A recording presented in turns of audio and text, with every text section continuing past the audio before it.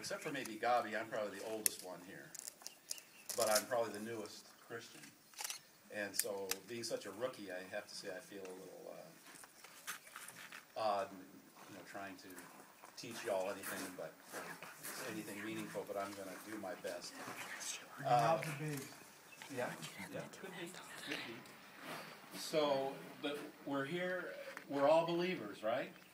And my question to you is, why do you believe? Why do you have faith? Why do I have faith? One definition of we talk, faith and belief. I think those words, they're different words. They mean something slightly different, but they are very similar. I would almost tend to use them interchangeably. One definition I read was that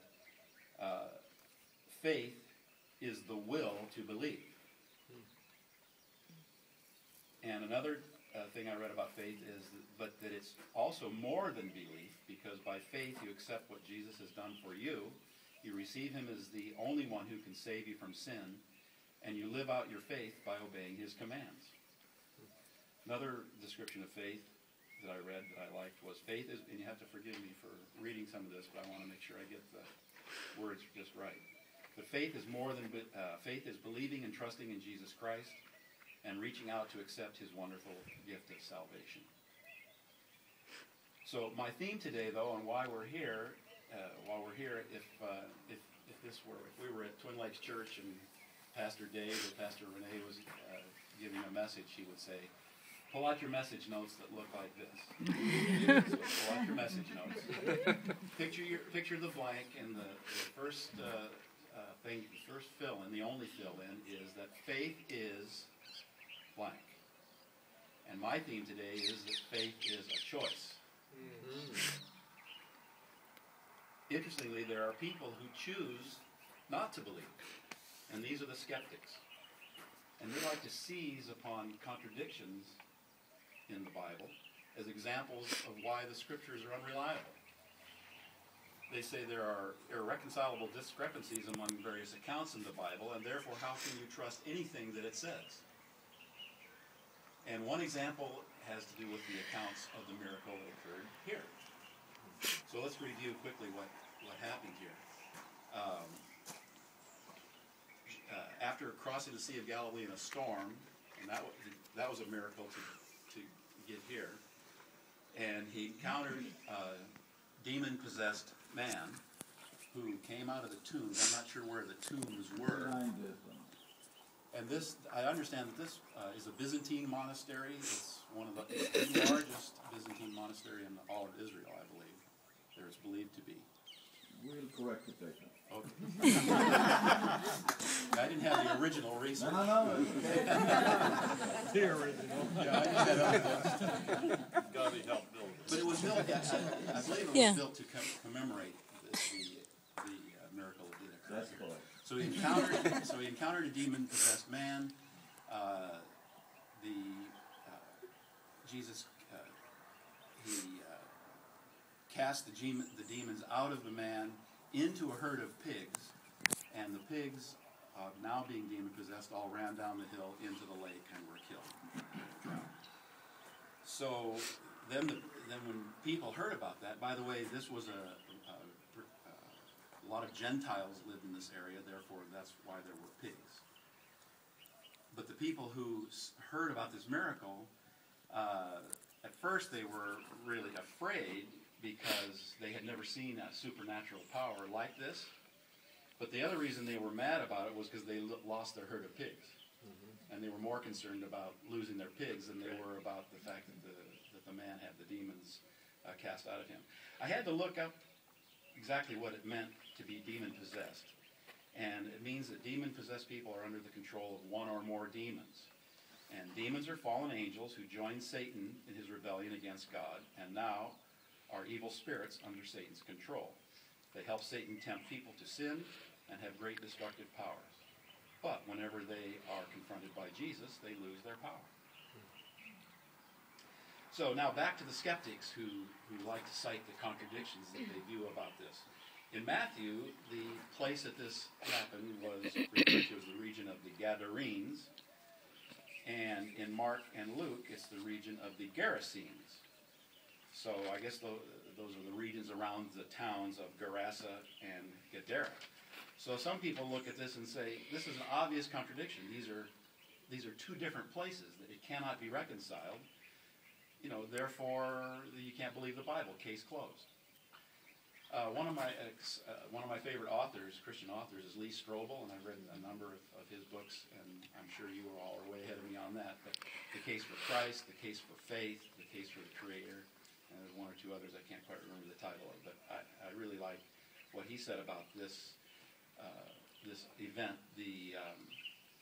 His books, for those of you who might not read it, he interviews leading scholars and so forth, and they just have kind of a back and forth conversation. So the books are very, very readable. He was an atheist. He was an attorney and a journalist, and then he set out to prove atheism. And by the time he was done, he became a strong believer. But there's numerous explanations that this one professor, when Lee Strobel asked him about this contradiction, how could you explain these differences? And there are a number of things that could have explained it. One word may mean the town that was here. The other word may have meant the region that this is in.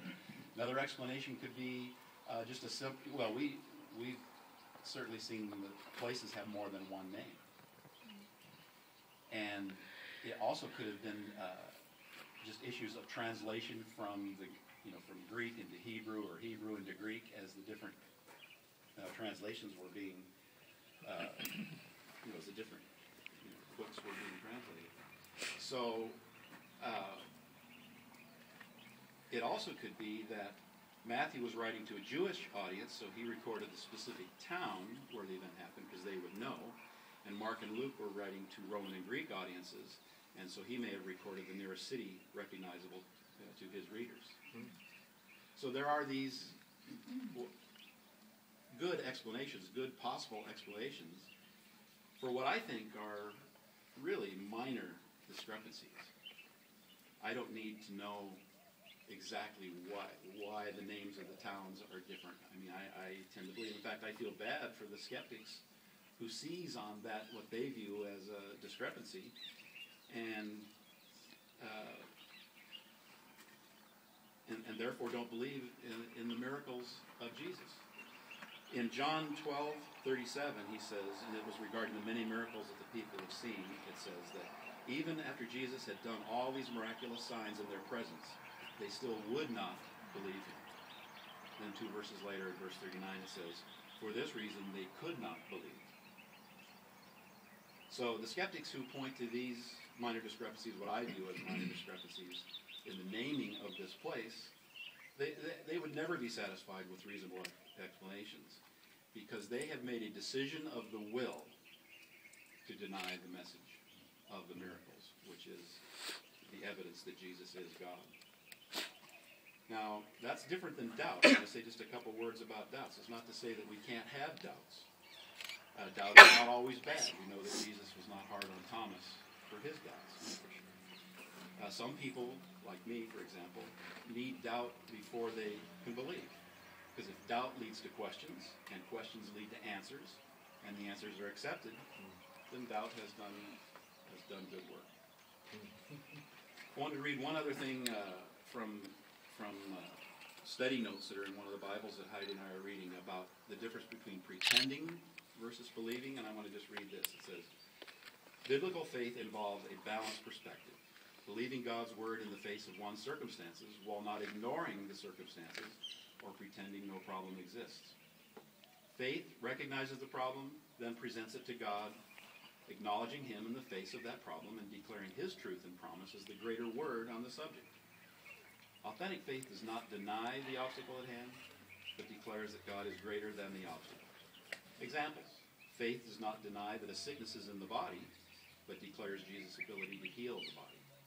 Faith does not deny financial need, but acknowledges Jesus' ability to meet our needs. So, Lee Strobel's books really helped enlighten me about the evidence that supports Jesus and who he was, And it's very helpful to, it's not just blind faith.